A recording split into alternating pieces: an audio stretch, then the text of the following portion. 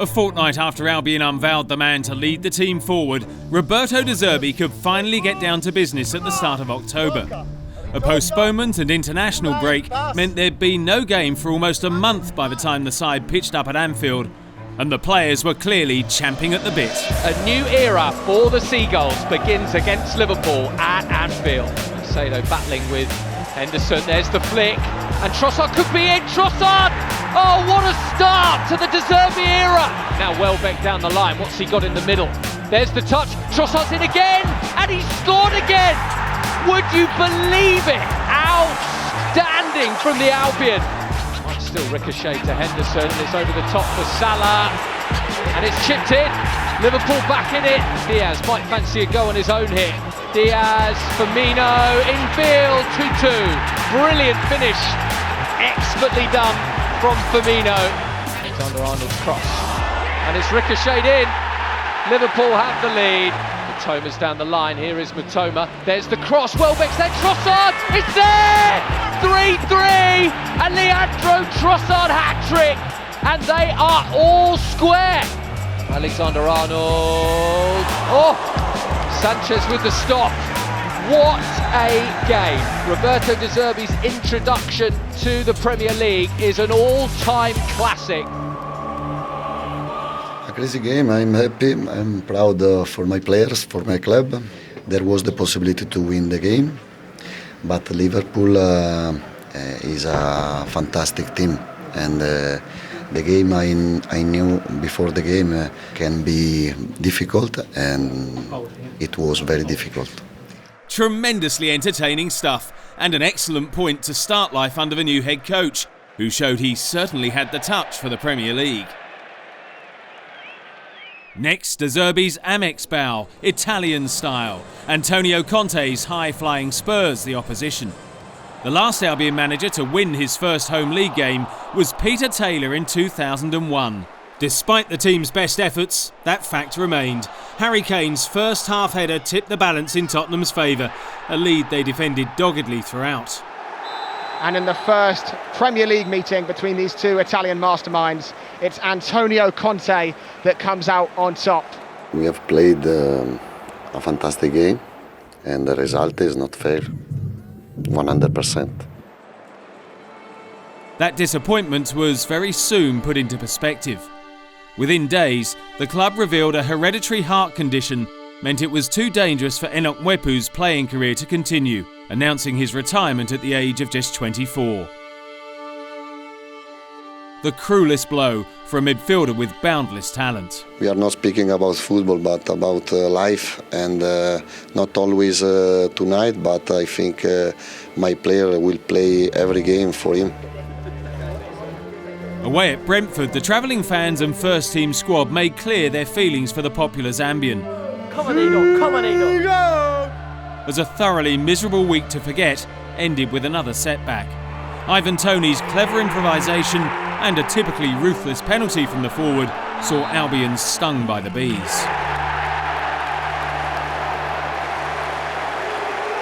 De Zerbi then still seeking his first win. Nottingham Forest's visit looked promising. They'd lost 4 of their 5 away games and scored just once on the road, which explained the rearguard action. Resolute and determined, Forest left Albion stumped, 0-0, and intensely annoying. Rob don't need to have a recovery training tomorrow because I think he didn't do nothing, just passing to Duncan Webby, so yeah, enough said. Fair to say that fixture aside, the games hadn't fallen kindly for De Zerbi. Having already faced Liverpool and Tottenham, a trip to Manchester City was next, where the champions moved into a 2-goal lead by half-time.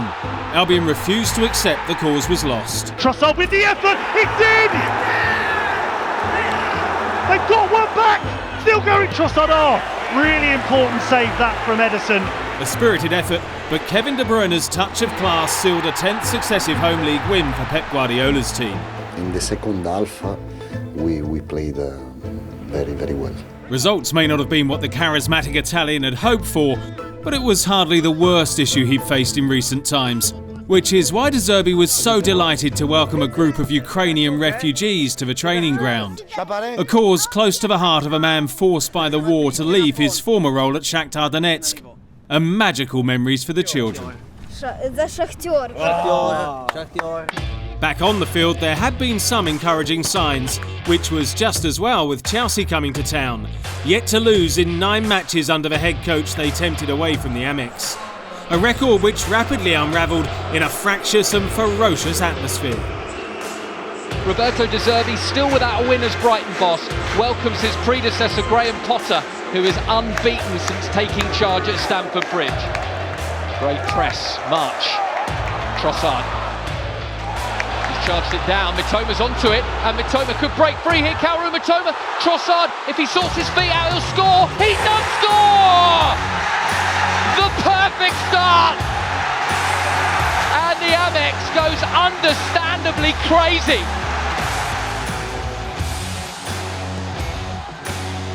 Oh, it's in! 2-0! I'm not sure who turned it in, but it doesn't matter. Albion double their lead. Trossard just losing out. Sterling is right onto it. Sterling into the middle. Gallagher, what a stop from Sanchez. There's the rebound and it's wide. The goal gaping. It looked like Chelsea were going to pull one back.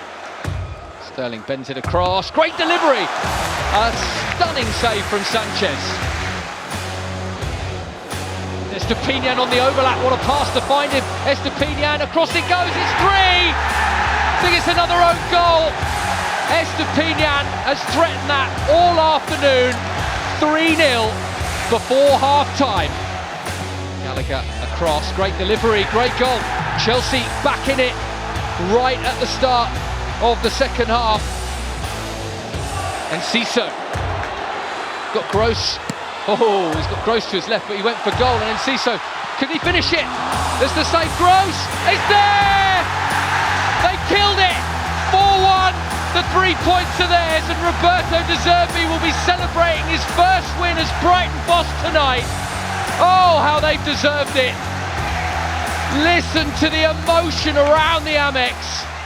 I'm very, very, very happy for the players, for the club, for the people who work in our team, and for this great fans, no, because they were I think the best player on the pitch, and they helped us a lot, and I'm very happy.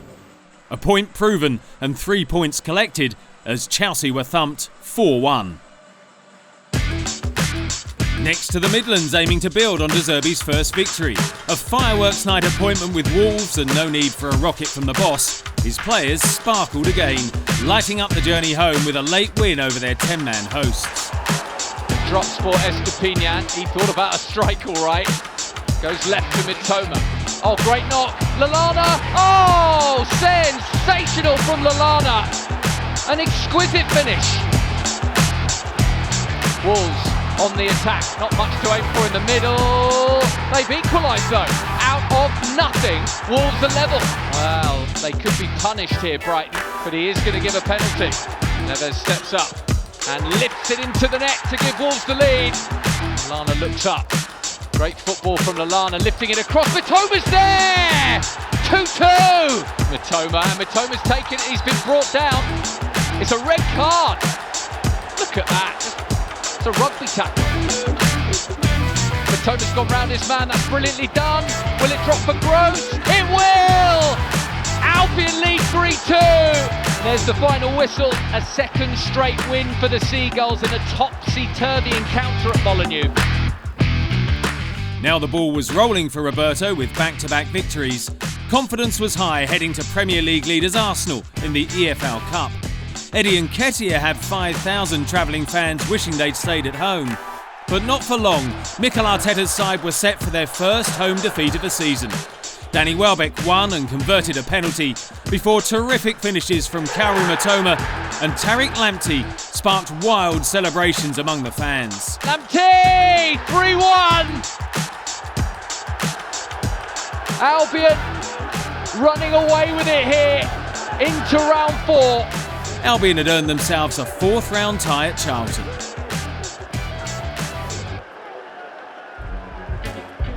A bit of air seeped from the balloon next time out The 2-1 home defeat to Aston Villa started well enough.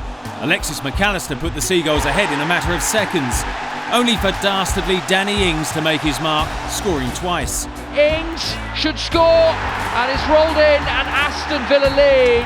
When VAR opted not to get involved after Solly March was clattered in the box, it became obvious it simply wasn't Albion's day. We'd have the whole of the World Cup to digest that defeat, while rooting for a record amount of Albion stars appearing on the greatest stage, as the club went into the unusual break in proceedings, 7th in the Premier League.